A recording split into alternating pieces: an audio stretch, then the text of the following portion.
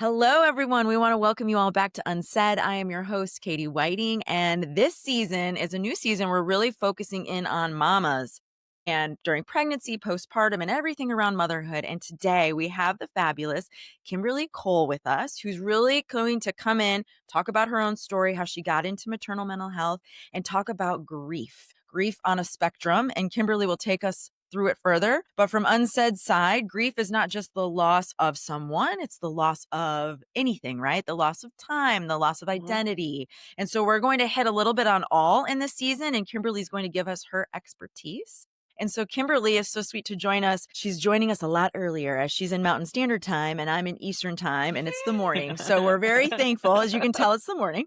We're very thankful for you to join us so early. So Kimberly, first of all, welcome to Unsaid. We're so grateful to have you. Tell us about you, your family, and then how you got into maternal mental health. Absolutely. So I got into the field about 15 years ago, and this part of the field I never would imagine I'd ever be working in. I got my master's degrees in school in mental health counseling Yeah. at Butler University, and I never thought I was going to work with adults. Period. Never, ever, ever. I always had a passion for kids and working with kids, and when I was going through what like most couples when they first get together, get serious, you start planning for family. And naturally, I am the part of the statistic of 1 in 5. So when I say 1 in 5 couples have infertility struggles. And so we struggled with infertility for 10 years total before we had our two miracle babies. But when I was in the midst of it and doing 2 years of medicated cycles and nothing was working, just lots of miscarriages, no answers, nothing. That's when I started to notice I'm getting burnt out. I cannot work with kids at this point because they started to get envious of the parents that could easily pop out kids and the families and everything. I love them, but I could tell it's taking a mental toll on me. And that's when I kind of started to move towards adults. When I was in graduate school, they forced us to volunteer at a local non-for-profit that does grief work. And I was Yeah. kicking and screaming throughout the whole time. I did not want to be there. And then something like a miracle happened. I actually enjoyed it when I started really getting into it and found I actually enjoyed working with grief. I think it's because with infertility, a lot of people don't realize there's a lot of parallels that go with grief and Yeah. infertility. You're in the denial stage with it. Like everyone else can get pregnant. Why can't I just get pregnant? The doctors don't know what they're talking about. I'm going to have what everyone tells me, just relax and the baby will come. And after 2 years of failed cycles, that's not the case, by Yeah. the way. And every individual is so unique and individualized with their experience. But kind of going back to me. So with that, when my husband joined the military, we started to move around.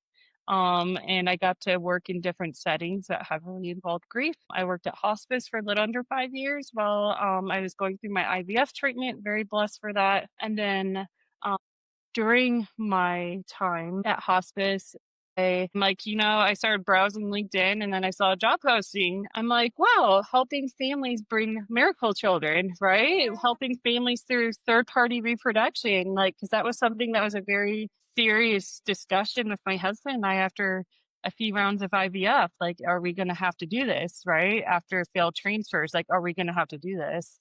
And so now, so I started to do that to give back. And then I'm like, wow, I really enjoy working in this niche with my experience doing grief and loss, my own personal issues with infertility, and just helping bring miracle babies. So there's no other better job than helping families achieve their ultimate dream. There's no better feeling in the world to help families become parents.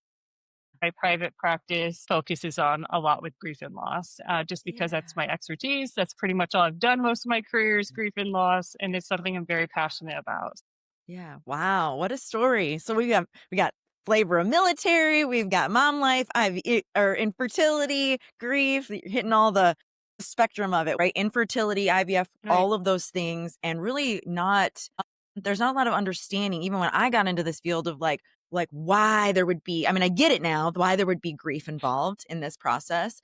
But, from your perspective and all of the expert work you've done, like walk us through that. Like when we talk about grief and infertility, like connect those for our listeners. So with grief and infertility, they 100% go hand in hand. You may not Yeah. realize it.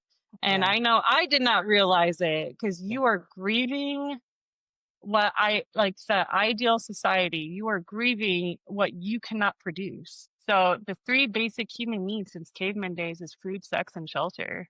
Sex reproduces babies. Yeah. And if you can't fulfill your basic instincts, especially as a woman, everyone shames you. They don't talk about the husband. I mean, male infertility rates, it's 40 to 50% of the reason why couples are infertile, but they don't Yeah. talk about that. It rides on the woman a lot of the time. And it has to be the woman's fault why they can't get pregnant. And it has to, and it's one of those things people grieve the dream Yeah. of having the ideal societal, like what you picture as, right, Yeah. with an ideal family and society today right now.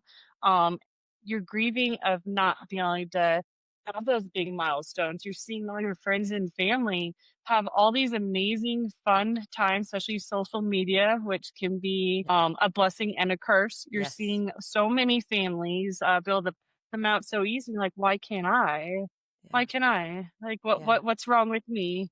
Is there Yeah. something that God's punishing me for? Is there Yeah. something that I did wrong? And a lot of times it's nothing that you did wrong. It's just how infertility works. There's no rhyme or reason. Because most couples and the normal cycles, everything is working accordingly. You only have like a 20-30% chance of getting pregnant. Yeah. Imagine if you had some kind of medical disorder, whatever, that kind of decreases those chances and those odds. You're grieving the dream. You're grieving of Yeah. what society wants. And you go through the denial phase. You go through the pissed off stage with the Yeah. stages of grief, right? You go through the depression state of it where after so many exhaled cycles, like what's wrong with me? And infertility is by definition 12 months or more of not be able to get pregnant when you're Yeah. trying to. A lot of times people luckily can get pregnant within the 12 months, but more often than not, that's not the case. Because Yeah. again, 1 in 5 couples struggle with infertility. And so, more often than not, someone that you know is struggling with infertility. And most couples, 1 in 4, have miscarriages. You're Yeah. grieving what the dream, you're grieving what should have been, you're grieving what the baby could have been like. And you dream of, wow, I wonder what they would have been like if they would have stayed with me. And so you're going through the full stages of grief with infertility. Yeah. You may not realize it or not, but Yeah. especially when you're going through the beginning stages of infertility, you are going through the denial phase, like hardcore. Like, why can I? Like, the doctor just must have something a little messed up. My family Yeah. says everyone else is normal. Why am I not normal? Normal. So, Yeah. right, Yeah. right. And so it's just a full circle moment with that. Yeah. No, absolutely. And I'm glad that you bring like I mean, thank you for saying it. It starts from the beginning because you're already in that, let's just say you've hit that 12-month window or even before that, right? 6, 8 Yeah, months, you're like, no, what yeah, is yeah. happening? Why? So, a lot of times, and I'm going off of my own caseload and the women that have sent in questions and things, but a Right. lot of times it feels to them so medicalized, right? Like they go in, the doctor says this, this, and this. And a lot of times I hear from the get go, and I'm not saying every doctor's like this by any means, Mm-hmm. but I hear from the get go, even the language to them is very like, it seems so black and white, like do this and this, lose weight, eat this, Oh don't eat God, this. yes. And Oh God, yes. And they so don't they go to the root cause either. They don't right, go to the root cause. Talk to someone with right. PCOS. You're telling them, go lose weight, go lose weight. And Yes. oftentimes it's not even weight. There's different types of PCOS. And Right. about 70% of people with PCOS don't even know they have PCOS. Yeah. So Yeah. it's crazy and then it's just nuts how doctors treat people like you said, it's like a productivity line. They get Yeah. them in, get them out. Hey, go lose weight. They'll solve all your problems if you just lose weight. And then when you have people that actually do lose weight and they're still not pregnant, it's like, oh, huh, let's just go Yeah. straight to IVF. That'll work. Yeah. And so, like you said, people are kind of like an object. You're just a body. Yeah, you're just a body. And there's Yeah. nothing demoralizing as a woman or even a male, Mhm. right? Where they're going through this process. It's already terrifying to go through this process because nobody wakes up and goes, you know what, I'm going to do IVF. let's go Yeah. for it. Yes. Let's just go for it. Let's just skip. Let's just go ahead and skip, meaning with the OBGYN. Let's just go straight Yeah. to. I want to be like the Right. celebrities on TV. They can pick out what sex of the baby. Hell, they can even pick out the color of the hair, which you cannot.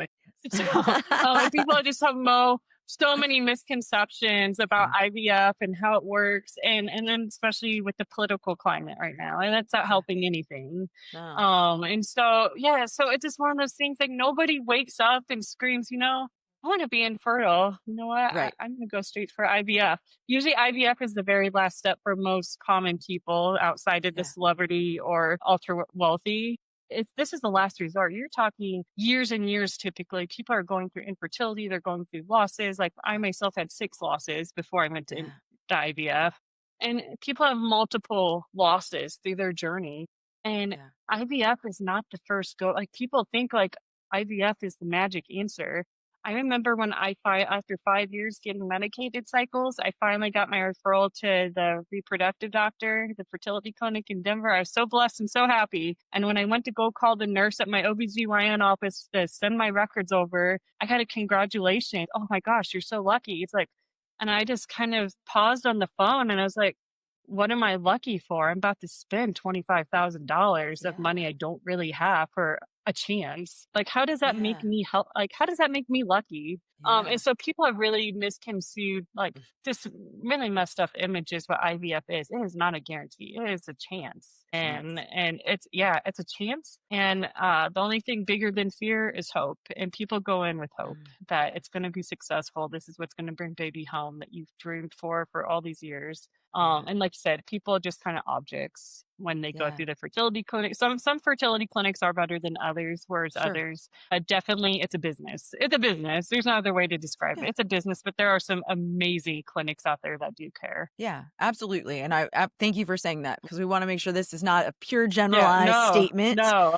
There are some good No, there's some doctors. amazing Yeah. clinics and they have amazing support systems built Yeah. in. They truly care. And I know like at my own clinic, I had nurse, I even had the doctor personally calling me when I had Yeah. like a failed transfer. Unsaid in our past seasons, we really aim to, give listeners, I wouldn't say tools, but just like almost a conceptualization of like how and when to advocate for themselves beyond what maybe Western medicine has historically like told them, Right. right? So when the doctor is like, go lose weight and leave, like I know we're not giving necessarily medical advice in this No. episode, but I And it do does want work sometimes, but not all the time. Sure. That's right. Right. But I do want them to leave with the thought like, so from your scope, right? If you meet a family that has come to you and maybe they're approaching the decision of IVF, maybe it's however long, 1 year, 2 years, 3 years of Right. infertility. How, from the mental health side, what do you usually see with them and how do you help them at that stage as they go into the IVF world? Sure. Right. So, like I said earlier, usually it's a last resort for most couples. Yeah. Usually Yeah. they've had several losses. They had medical trauma that prevents them from having children, Yeah. like uterus taken out during first pregnancy, something lupus, whatever, where they cannot safely carry a child. And Yeah. sometimes they know that in advance. Other times it's something very abrupt where they know they cannot possibly carry for X, Y, or Z. There are times there are couples that have gone through the infertility journey for many years and they're just looking for answers. Why am I unable to conceive? Why am I unable to carry a pregnancy? And no one can give them a straight answer sometimes. So it's Yeah. really important to kind of meet people where they're at. And and I know like some people are kind of totally against the stages of grief that do grief work. But I think it's really great in the regards of kind of helping people process where they are. Yeah. And especially when they're going through infertility treatment. You go in with tons of hope. Tons of hope. You're Yeah. terrified. You are Yeah. absolutely terrified that this may not work because this more often than not, insurance does not cover infertility treatment. They don't cover IUIs, they don't cover IVF. Only a couple select companies do. It's starting to become more and more relevant, but more often than not, companies do not cover the cost of that. And unfortunately, those treatments, especially here in the United States, are extremely expensive. Yeah. They're extremely expensive. And so usually people are saving for years to be able to do one treatment, just one. And that's just for hope that it works. And so you have a lot writing into this. So I always try to work with couples and individuals going through that process, kind of meeting where they're at. How are they doing mentally?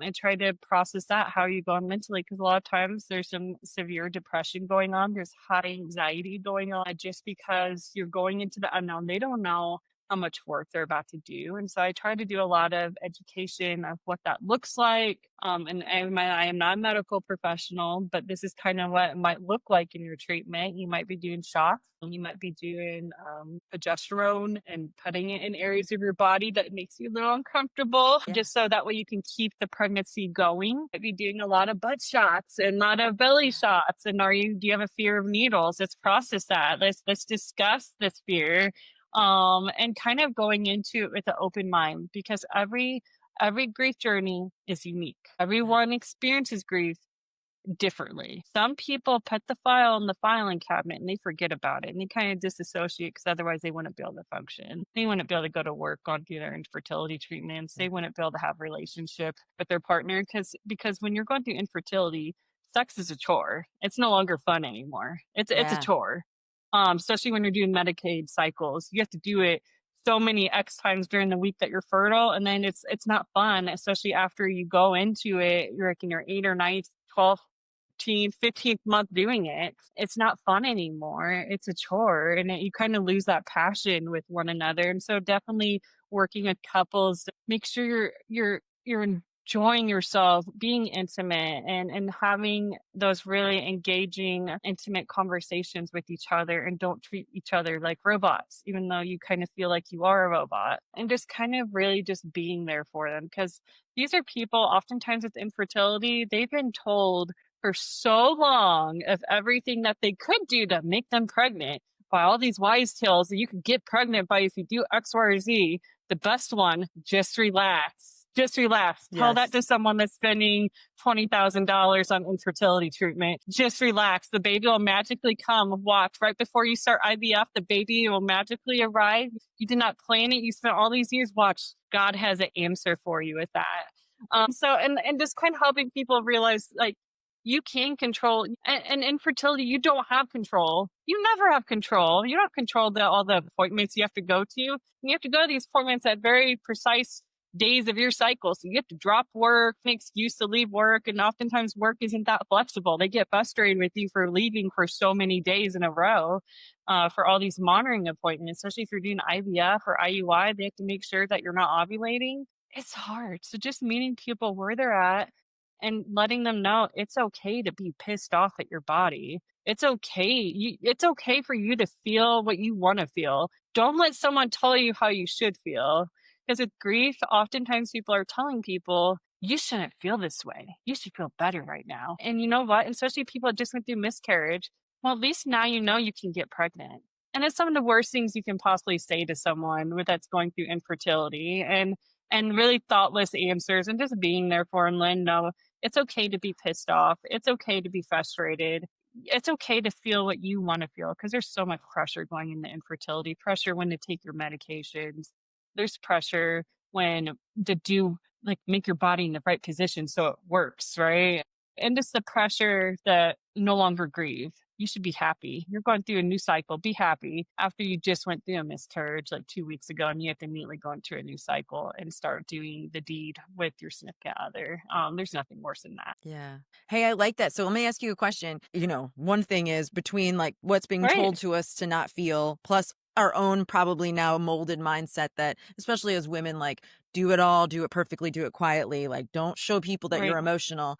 But if I'm hearing you correctly, like you would almost recommend, like, let's feel it while we're in it. Like, let's spend some Right. time. Absolutely. Yeah. Yeah. No, I Yeah. always tell people, like, you are in a safe environment. I hear all the colorful language in the world in sessions. I don't care what you tell me. I Yeah. don't care. You could cuss me out the entire session and act like I'm your fertility doctor. We can do Yeah. some role play. You can cuss me out. I don't care. Like, I want you to get that out in a healthy way, Yeah. because oftentimes you are not to complain. You're to go through the motions, and then God will bring you a baby, or someone will bring you a baby if you do X, Y, or Yeah. Z. And oftentimes people are doing this for years and years. Like, no, you can be pissed off at me. You can Yeah. be pissed off at whoever.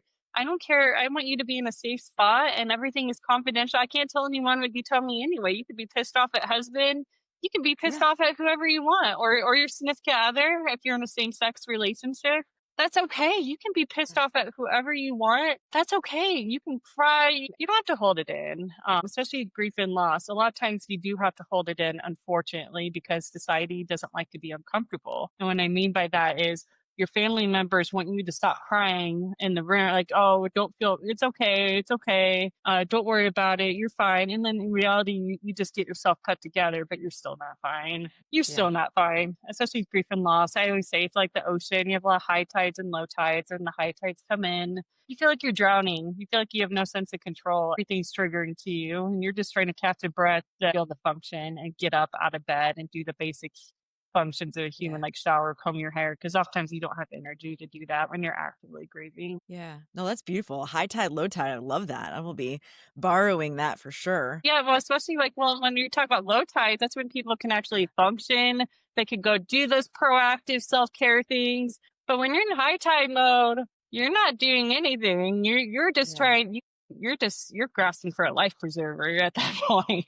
But when the high tide moments come in, those are the time when you can be proactive, and suddenly you do have more energy. You're not being triggered with a whole bunch of grief triggers, like especially if you're going through like certain holidays, going to the store. Like for example, number one, the two holidays actually, because I'm not going to do sexism here. On the number two, the two biggest holidays that kind of that trigger people: infertility, Mother's Day and Father's Day. So Yeah. oftentimes people get so emotionally triggered they can't go into the store. I remember like in my own journey, I wouldn't set foot near any retail establishment around Mother's Yeah. Day because I would sit in the car crying, and I'm a therapist. I'd sit in the car Yeah. crying, and then I feel guilty that I feel bad about this. Like, wow, I should have my Yeah. shit together. I'm a therapist, but Yeah. we're human too. We are humans too. Yeah, absolutely. So if I like again, I'm hearing you correctly, like even that, because I know we have moms right now who are going through this, like it's okay to feel gross on Mother's Day and not want to go into a retail store. Absolutely. No, it's okay to be mad. Yeah, it's okay to be sad. It's okay to be depressed. It's okay to be frustrated at the situation. It's okay for you to feel what you want to feel. You Yeah. just feel what you want to feel. And don't let anyone tell you that what you're feeling is not right, because grief is so unique to the individual. There is no manual for grief. Everyone experiences it differently. Some people are fine after a week or two after someone dies or some kind of big life transition happens. Other Yeah. people, it takes years. It takes years. And I think that's another thing I'm just reiterating, but like it's so different for everyone. We have to, and we're such a comparison culture. Well, she got over it in 2 weeks. Right. Well, one, we don't know Right. that. And two, we're just not the same Right. human. So, two things I want to hit specifically. One is you had talked at the very beginning, and I forget how you used it, but you had mentioned like, I don't know if you said envious or jealousy, but just like when you're going through, whether it's much loss from multiple miscarriages or, infertility or IVF, like any part of the thing, you see happy mamas on Instagram with their babies, or you go to the OB and 10 Uh, people have giant bellies. Like, talk us through, because there's such a guilt and shame after feeling jealous or enviness, even of family members, right? A lot of my clients will be like, envious of their sister who just had a baby and like not want to be around them, but then the guilt and shame overwhelms them. So walk us through how you approach sure. that. I so when I'm working with especially so when I'm working with someone that's gone through multiple losses, because again, I do specialize in grief and loss. That's a big focus in my practice, along with military families too. Surprisingly enough, 37% active duty women struggle with infertility. It's crazy. Yeah, there was a study in 2018, 37. Imagine living on a military base where it seems like some dependents and active duty, they can pop them out like rabbits. And so going to a Yeah, military base, you see all these fun children activities because they try to make like the base into a wonderful community, which is fantastic if you have sure. kids. I went through infertility, it's hell on earth. So Yeah, kind of with that, it's okay to feel jealous. It's okay to be envious. yeah, You have the right to experience what you want to experience. If so and so, if your best friend or like sister's having a baby shower, it's okay for you not to go. Like, it's okay. Like, you don't have mm, to, because masking, when you're masking with your symptoms, when I say masking, I mean you are putting on the Oscar performance of your life to not have a big meltdown, not to be triggered throughout the entire event, and not to ruin it for everyone else. because oftentimes that is the case with infertility. It's a fine battle of not crying when you are Mm, engaging in someone in a happy moment. It's okay to not, no one knows you better than you. And so if you know, like, you're going to be like having grief triggers, it's okay for you to take a step back, regroup yourself, do those self care activities. It's okay for you to do that. And it's your right as a human being to respect yourself by knowing your limitations. yeah, Sometimes self awareness isn't, especially with anxiety, naturally with anxiety, depression, that self awareness can kind of go out the window sometimes. You just have a whole bunch of triggers. But if yeah, you do have like that courage and that self awareness to kind of know your strengths and weaknesses, that's fantastic. If you know yeah. what you can and can't do, that's just roll with it. Mhm. Just roll with it. Cause like I said earlier, grief's like the ocean. You're going to have a week or Yeah, two just straight up high tides and you feel like you're drowning and can't escape from all these Facebook notifications of all these pregnancies happening. And then you just have to go like, okay, I have to disconnect my Facebook. I cannot handle this right now. And that's yeah, okay. That's yeah, okay. Don't let family like ask like, where did you go? I can't find you. Did you block me? And just be like, I took a break. Leave it at yeah, that. I took a break. yeah, And then, and especially when people ask you, especially if you're a couple that this comes up a lot too with the grief and like frustration, when family members ask, when are you going to bring me home a grandchild? Or yeah, when are you going to bring me home a nephew or niece? And there's nothing worse than asking like someone going through infertility, when are they going to bring home the baby? Oftentimes they're trying. And at one point, I know even in my own journey, I'm like, you know what? If they're going to make me uncomfortable, I'm going to make yeah, them uncomfortable. And so sometimes I think, I just had 5 miscarriages and I'm going through IVF right now. I'm trying. I've been trying for 10 years. Do you yeah, have any tips for me? And then oftentimes it makes them uncomfortable and they learn a valuable lesson. Don't ask people that you're not willing to find an answer for. So, but I'm not telling people absolutely. to do that. I'm not telling people to go do that. But at one point, it's one of those things that you have to advocate for yourself. You have to Mhm. educate people because a lot of times people are uneducated on infertility because Sure. again, only 1 in 5 couples struggle with infertility. So that means 4 of 5 couples do well. Yeah, They can get pregnant and they don't realize there's probably family members, friends that are struggling and having that internal guilt and that internal struggle of just not fitting into societal norms and for what they envision for their family. Because oftentimes you're going through secondary losses where I'm not doing these fun things that my kids should be starting kindergarten, but I lost the pregnancy at 2, 3 months. They would have been going to yeah, kindergarten right now and seeing all these people going to school posts at the beginning of the school year. It's triggering. You're gonna have a whole yeah, bunch of milestones like that when you're going through infertility, especially if you have had active losses. yeah, yeah. So I mean, the repetitive message, right? Like, however, Hmm. with help such as yours or support, like to feel, continue to try to feel Hmm. and not just mask and walk away.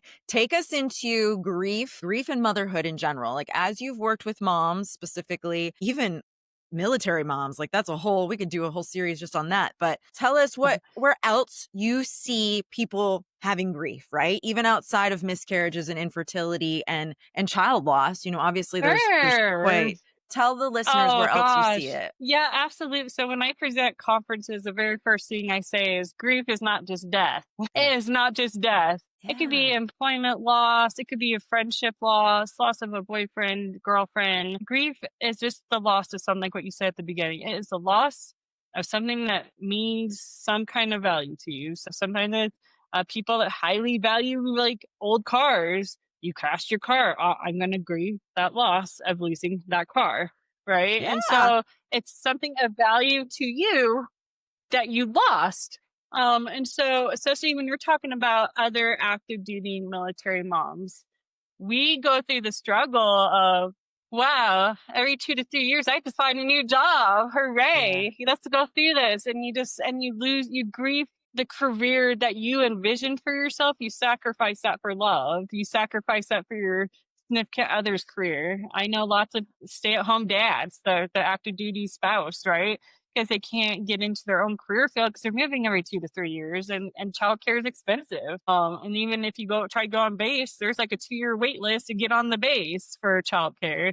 So that's not happening. Yeah. So it's just kind of with that, like military spouse example, you're grieving the career you could have had, you're grieving uh not being around family members. They're not around for Yeah. those milestones, that first birthday, second birthday, Christmases. They're not there for that. So grief goes a lot further than just death. Obviously, I know a lot about death from working in the hospice for like just under 5 years, but it's Yeah. not just death. You're losing that secondary loss of even if losses, right? You're grieving what could have been, what should have been. You're grieving all those family tricks you could have had with that loved one. You're grieving all those holidays you used to do, all those traditions you used to do, right? Even as a military spouse, you're grieving that because you don't get to experience it anymore. So grief goes very far. It's not just death. It's not just fertility, infertility, and pregnancy losses. Grief is what you envisioned for yourself, and it's not Yeah. happening, or you gave that up to go pursue something else. And unfortunately, you're not doing your true dream, true self dream, right? And you're not Yeah. doing what you envisioned for yourself. Sometimes you're grieving the life that could have been, should have been. Yeah. Yeah. Absolutely. I'm so glad you said all of those things because I think we get so stuck in just grief, death, grief, death, grief. And it's so much more beyond Yeah. that. And, obviously we're specifically speaking to women on this show, but for womanhood in general, there's so many grieving points. I mean, I could say my own, I don't know everyone's, but even recently, and this is a motherhood one, all the memories on like Facebook and my Google photo app keep popping up of my daughter as an infant. And some of it is a little bit fuzzy, like my memory's like, oh, I sort of remember that. And like it even emotionally gets me right now. I'm Yeah. like, oh, like, where did the time go? Time. So the grief of the loss of time is huge in motherhood, in womanhood, right? When we go into perimenopause and menopause, it's like, damn, where'd the time go? Well, even if you're talking about people that do have successful pregnancies, Sure. they're following the normal time clock. You grieve the life you once had as a Yeah. singleton, right? You grieve the Yeah. life you had as a couple where you could go out to the movies whenever you want. You could Yeah. you could spend money, drop it down because babies are expensive, right?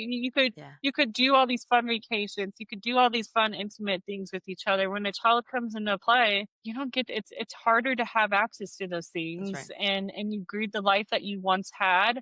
And then especially when you're pregnant, you're kind of terrified of, wow, I know my life is about to change. I know Yeah. I am forever going to be different. And that's terrifying. Hmm. That's terrifying. Going Yeah. because no one there's no manual on motherhood or parenthood, No. and every kid's different. You don't know what you're going to get until the baby's out, and then every baby has their own personality and style of doing things. You grieve the life you once had. Yeah. Yeah, absolutely. I mean, it's not simple by any means, but when you break it down, it's just constant. I No. think we're constantly grieving. In that, I love that ebb and flow with the waves and the ocean that you talked about because it sort of is like that even with different forms of grief. Yeah, I think we just need to continue to talk about it. So that brings me to my big not my big question. I've had a lot of big questions for you, but a question is for our listeners, like, well, obviously they all know I'm a very big advocate for like go talk to especially someone in that field, like someone who specializes in grief or maternal mental health, like talk to someone. It doesn't have to be 10 months of intensive, we get so worried about what therapy is going to look like. No. It can be support, but beyond that for now, for those who are going through this are identifying some form of grief from your expertise mouth, like what kind of advice or tools or something can we give them today? I know it's a big question because it could be a lot of things. Okay, so I always tell people, when I had consults for like private practice clients, I always tell them, I'm not going to be a used car salesman for you. Yeah. I want you to go interview different people. I want you to go ask those dark questions of, "Can you tell me how you can help me in XYZ situation? How can you help me after just having like 10 miscarriages? Or how can you help me after having a stillborn? What is your experience with this? You tell me what your actual experience is and what modalities you Mhm. use. Because a lot of times people and tell me how those modalities are actually used that you use in your practice, not textbook, right? Because people Yeah. can whip out a textbook and tell you like the generic Sure. answer, kind of just like a used car salesman. So it's one of those things I always tell people, like, hey, educate yourself, go interview different people. Please do your due diligence with that. Cause I always say, and on these same consultations, I always say, therapists are kind of like your friends. Some people you're going to click with, some Yeah. people you're not. And do you really Mhm. want to be sharing some of the worst moments of your life with someone you don't click with? Right. Absolutely not. And if I'm not the person for you, I will help you go find another grief therapist that is the person for you. Because I want you to be comfortable when you're sharing some of the worst moments of your life, and you're processing that in a way you never got to before. Society tells you to keep it inside. I want you to be comfortable with. Yeah, that's beautiful. Yeah, we don't have to be quiet. And I wanna take it even like the advocate and, like, do your research. I'm just repeating what you said, but, like, do your research and understand what you're maybe even looking for, what you're going for.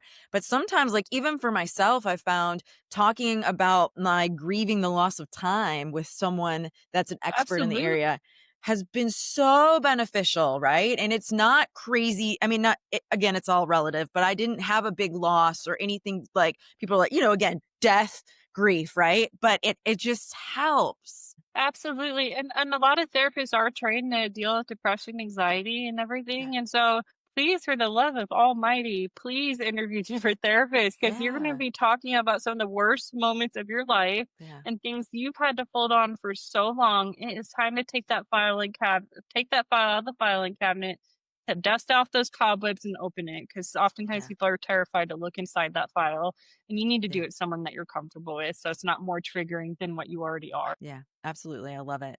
Your grief myth that you've heard the most that we can bust today.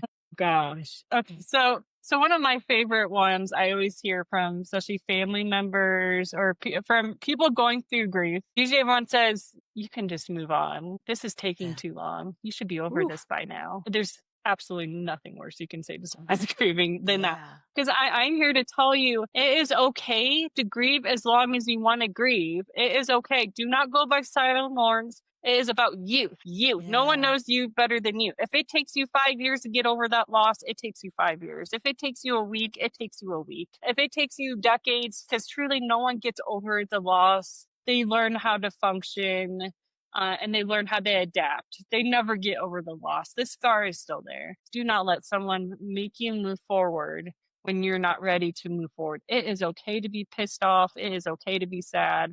I'm here to tell you, please just process it in a healthy way with the professional, loved one, whoever you can trust. Just please process that with someone, so you're not holding it in the inside like a dirty secret, because it's not a dirty secret. And Yeah. unfortunately, that's in general with grief. It's a taboo topic. No one wants to talk about it, Yeah. even though we all go through it. No one wants to talk about grief. So if you failed to like had an IVF failed cycle, don't make someone push go to the next cycle if you're not Yeah. ready. Please Yeah. don't. Just take the time for you. No one knows you better than you. If you're grieving the passing of a loved one, so she's an adult woman, and we get that age where parents go, family members go for unexpected reasons, whatever. Do not let someone tell you to get over it. You should be fine by now, because no one knows you better than you. Yeah. And that's the title of this. No one knows you better than you. And that's hard to tell people. It's hard Mhm. for me to even think, right? When we become disconnected from our minds and bodies tend to float separately sometimes when we have to separate. And really, truly, what's best, but we have to be able to slow down and feel the yuck to get to that. And that's a bumper Absolutely, yeah, sticker. and oftentimes, yeah, people I always tell people, we're gonna be talking about dark moments in therapy that Yeah. you never got to process before. Oftentimes, you're gonna feel a little worse before you feel a little bit better, because we're ripping off the Band-Aid, we're tending to that wound, Yeah. there's gonna be blood coming out, but we're experts, we can handle that. So Yeah. please know that you might have a dip after like the first like really real session you have with your therapist. You might have a dip where it's really emotional roller coaster, because this is the first time we're talking about it, and it's word vomit. And you're just trying to get it all out there, and you feel icky afterwards. But please keep going and keep pushing through, because it does get easier. It doesn't get, I don't want to say it gets better, it gets easier, Yeah. because grief is forever. There's nothing that Yeah. replaces that loved one, that experience, that goal you had in life. Nothing's going to replace that. But what we can work on is you right now. Yeah. I love it. This is like motivational speaking for the grieving. This is fabulous for Right. sure. Definitely look at, like, especially if you're going through infertility, Resolve is a good one. Resolve. ASRM has good resources as well. For if you're going through third party reproduction, assisted reproductive technology, which is like IVF type stuff, or if you're Yeah. having to go beyond the IVF Yeah. for some reason that you just can't biologically do it yourself, it's significant losses or just some Yeah. kind of medical reason. But yeah, there's some awesome books out there too. I always like recommending to clients The Happiness Trap. It's acceptance and commitment therapy. Like kind of Yeah. introductions by Russ Harris. He used to be a doctor and went to the therapist route. He writes it in a really nice way, and it's stuff you can it's an easy read in one day where you can actually Okay. apply things right away, and it helps you in the reality of the situation right now and deal with the ick rather Yeah. than someone just replace XYZ thought with a positive one. And obviously, as human beings, we're pessimistic. If we're constantly replacing Yep. negative thoughts with positive ones, they're going to feel worse. I like how it kind of embraces those negative thoughts and feelings, especially when they're going through grief and loss because it happens so frequently. I think it's really appropriate. Absolutely, absolutely. Those are great. Yeah, I know we'll make sure to get those from you, and we'll put that in our description so Mhm. our listeners have links to these things. Well, Kimberly, we are so grateful to have you on today, and I will make sure listeners in our description will be where Kimberly, well, not her location, but where she is, her private practice, and a little bit about her, any social media handles and things she wants to share. So check her out. Kimberly, thank you so much. I feel motivated to grieve in a different way. And I'm in this field. So I appreciate that because I think sometimes it's so heavy to talk about grief and people just want to avoid grief so much. I do myself. And so to have the motivation that I actually have the ability to feel it and be okay. There is still hope, and like I said earlier, there's nothing bigger emotion than hope. Even Yeah. going through fear of the Yeah. loss of that Yes. loved one, fear of what the unknown is without said X, Y, and Z thing in your life. But there's always hope, and that's always bigger. Yeah, that's amazing. So hope is bigger than this. There's two things I heard. Hope is bigger than fear, and you know yourself best. And if that's the only two things you took away, then it was well worth the listen. Again, we're so grateful to have you on, Kimberly, and listeners. We're so thankful to have you listen to Unsaid. Keep tuned in for this season. This is all about mamas and all about all the things of mamas and women. And there's a lot to talk about. So if you need anything from us, reach out to us. Otherwise, be kind to one another. We'll talk to you soon.